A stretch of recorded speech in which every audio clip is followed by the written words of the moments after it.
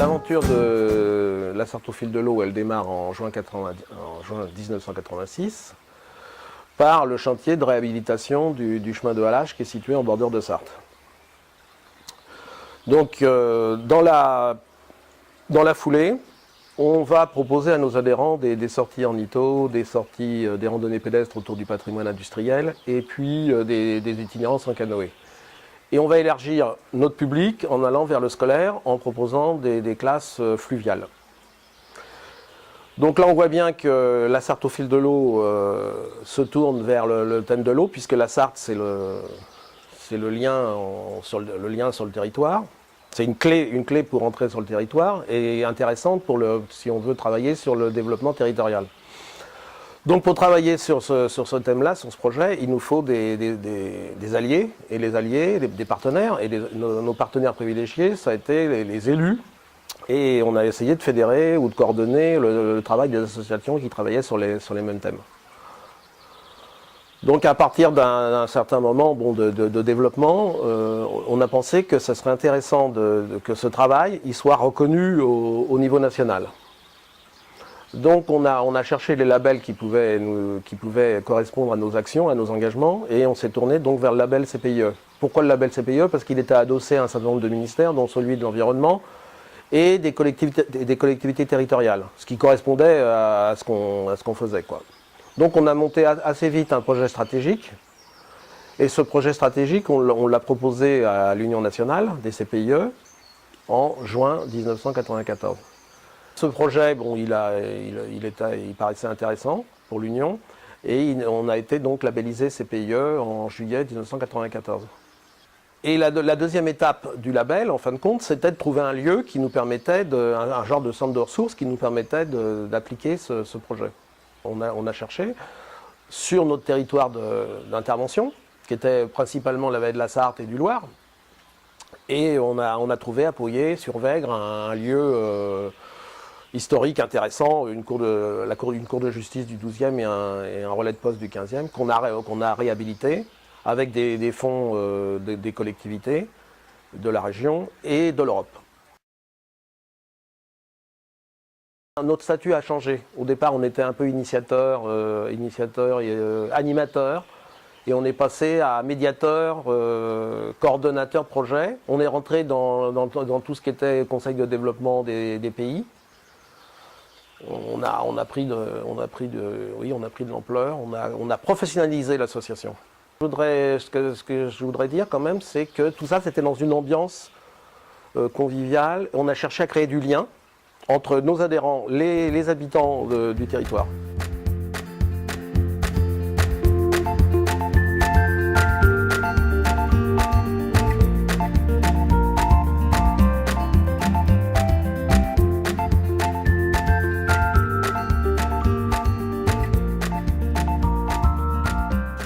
Vous voulez partir à la recherche de ces petites bêtes?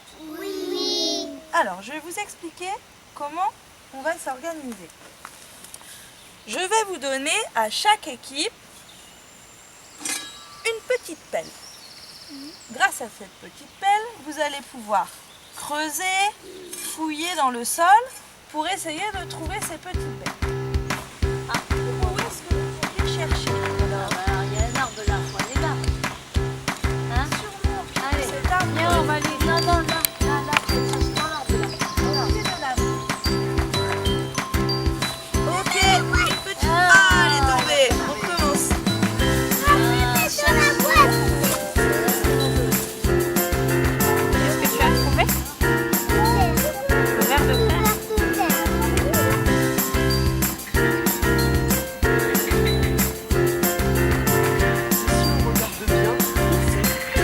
Normalement, ça c'est la deuxième barre.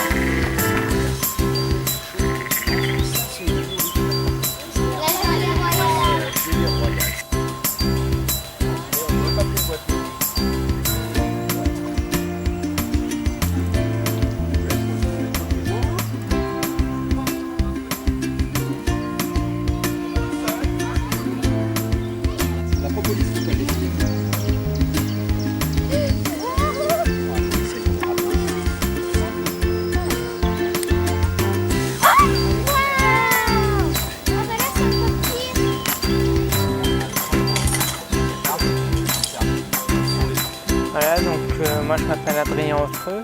Je suis membre du CPIE depuis plusieurs années. Donc j'ai découvert le CPIE pour mon stage de 3e surtout, puisque j'ai fait un stage de 3 jours là-bas. C'est de là que j'ai découvert les chantiers de jeunes bénévoles, d'où j'ai fait le chantier de 2011 et de 2012. Donc un chantier de jeunes bénévoles, c'est d'abord un lieu où on va pouvoir retrouver beaucoup de jeunes de milieux différents afin de faire une mission collective, donc souvent en thème justement avec l'environnement, puisque c'est le sujet de l'association. Et derrière, ça permet vraiment d'ouvrir des portes sur le milieu professionnel, puisque ça permet justement d'avoir un atout dans le CV. Donc quand on peut rechercher des écoles ou autres, ça peut rapporter des points. Donc on va trouver 3 grandes parties. Il va y avoir la partie travail. Donc vraiment, on va faire le chantier. Donc ça va être des temps qui vont être destinés au chantier où il y aura vraiment un travail collectif. Il y a une partie plutôt tout ce qui va être pendant le repos et l'amusement. Donc avec plein de sorties, plein d'animations. Et puis des temps où on va pouvoir vraiment prendre le temps de vivre avec la collectivité, les autres personnes qui font partie du chantier.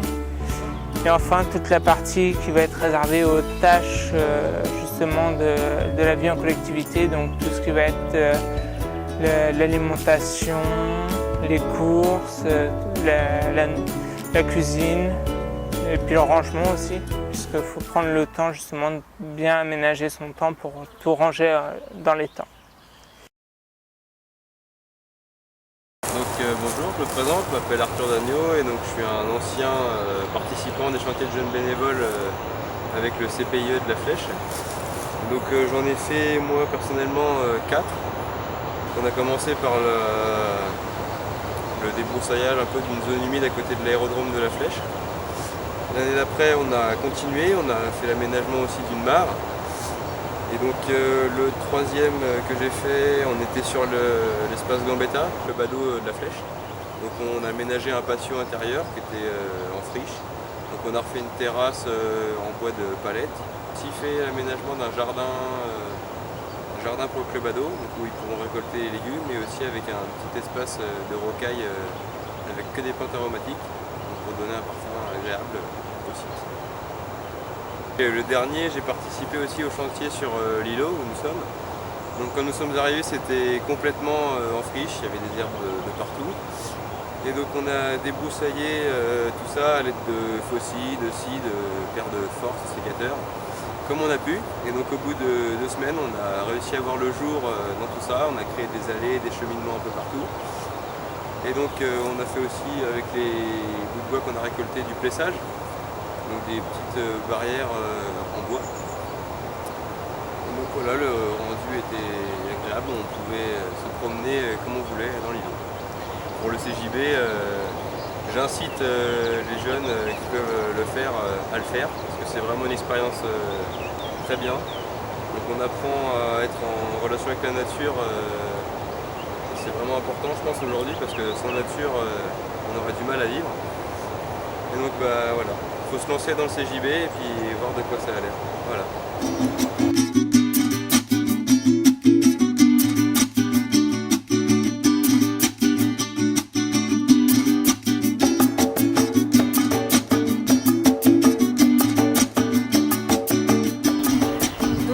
En mars 1997, je suis devenue animatrice nature au CPIE pour intervenir surtout au niveau des écoles en fait, en animation. Et puis aussi intervenir sur les chantiers de jeunes bénévoles qui étaient en place. Et puis petit à petit, dans l'association, en fait, on a développé des projets où on n'était pas simplement prestataire de services, mais justement on portait les projets, et notamment un projet sur la vallée de la Vègre, une exposition itinérante et des interventions auprès des publics avec un diaporama notamment. Et dans ce cadre-là, il fallait monter des partenariats plus importants avec des fonds européens, des fonds régionaux. Et ça, j'ai développé ça plutôt dans mes missions après de chargée de développement.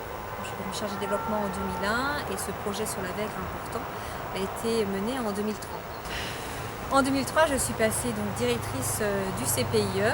Je continue à mener mes actions auprès du public, ponctuellement auprès des scolaires, mais surtout justement des actions grand public, des actions de participer à des formations, des choses comme ça, plus ponctuelles, et puis le montage de projets pour obtenir des partenaires financiers sur nos projets. Alors c'est vrai que moi j'ai connu le site de Sablé quand je suis arrivée en 97, on a déménagé après à Poyet en 98, et puis après on a développé plutôt, on avait une telle demande de la part du territoire de la vallée du Loir et surtout du côté de la Flèche, une attente et des besoins. Et donc on a aussi ouvert une antenne sur la Flèche en 2001. Et puis après, finalement, tout le monde a été regroupé sur la Flèche en 2006. Et donc voilà, j'ai pas connu le moulin de la Bruyère, mais c'est vrai que j'ai connu déjà Sablé, le siège social à Sablé, puis à Poyet, puis à la Flèche. Mes études me donnaient des connaissances sur l'environnement, une approche globale un petit peu des problématiques de l'environnement. Mais il y avait surtout ce souhait de vouloir participer à l'éducation, à la sensibilisation à l'environnement auprès du public. Et donc je trouvais exactement ce que je recherchais. Tout était très riche parce que finalement je faisais au jour le jour tout ce qui me passionnait le plus, continuer à connaître mieux l'environnement, faire passer ces connaissances auprès du jeune public. Mais ça a toujours été une expérience quand même très très riche parce que il y a tous ces échanges humains au sein d'une association, que ce soit avec ses collègues, que ce soit aussi avec les bénévoles qui s'impliquent, qui sont là, qui y croient, qui veulent amener des nouveaux projets, qui amènent du dynamisme. Je pense beaucoup à Jacques Fourgeau, le président fondateur. C'est vrai que ça reste une expérience humaine riche.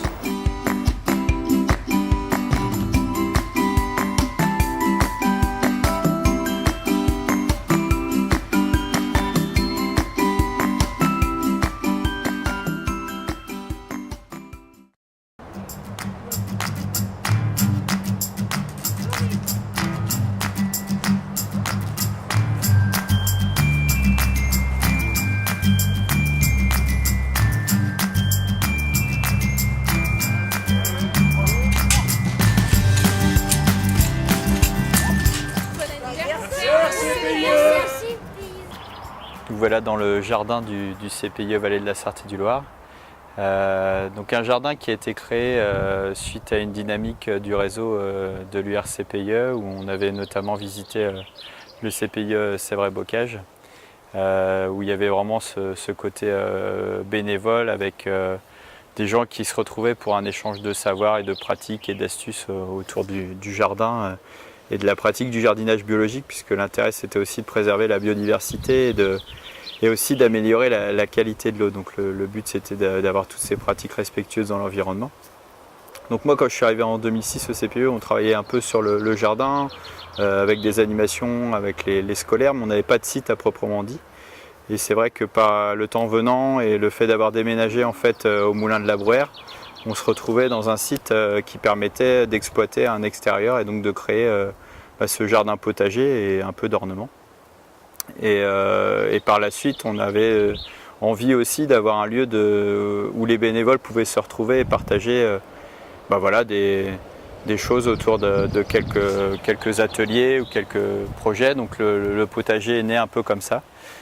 C'était vraiment de se dire, moi avec mon passé de maraîcher bio et du coup ce côté aussi développement de l'éducation à l'environnement et du développement durable, comment le jardin était un support à échanger et à participer à un peu l'évolution des pratiques. Donc c'est né un peu de tout ça, derrière c'est greffé l'aspect aussi des pollinisateurs, donc avec le rucher.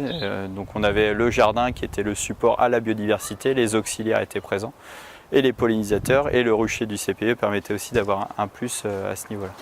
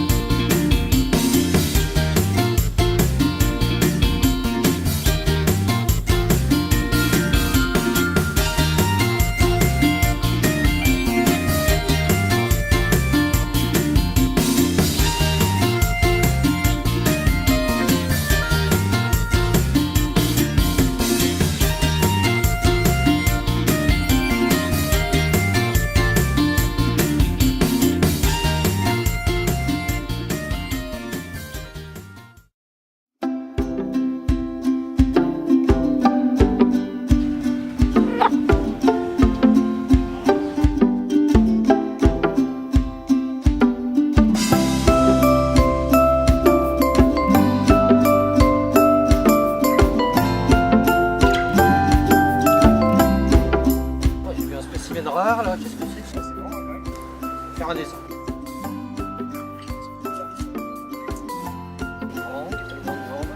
Des chassiers. Non, c'est pas la bonne couleur. Plus mine rare ça. Ah, il faut qu'on en parle au CPU absolument. Ah, tout à fait. Ouais, j'ai jamais vu ça.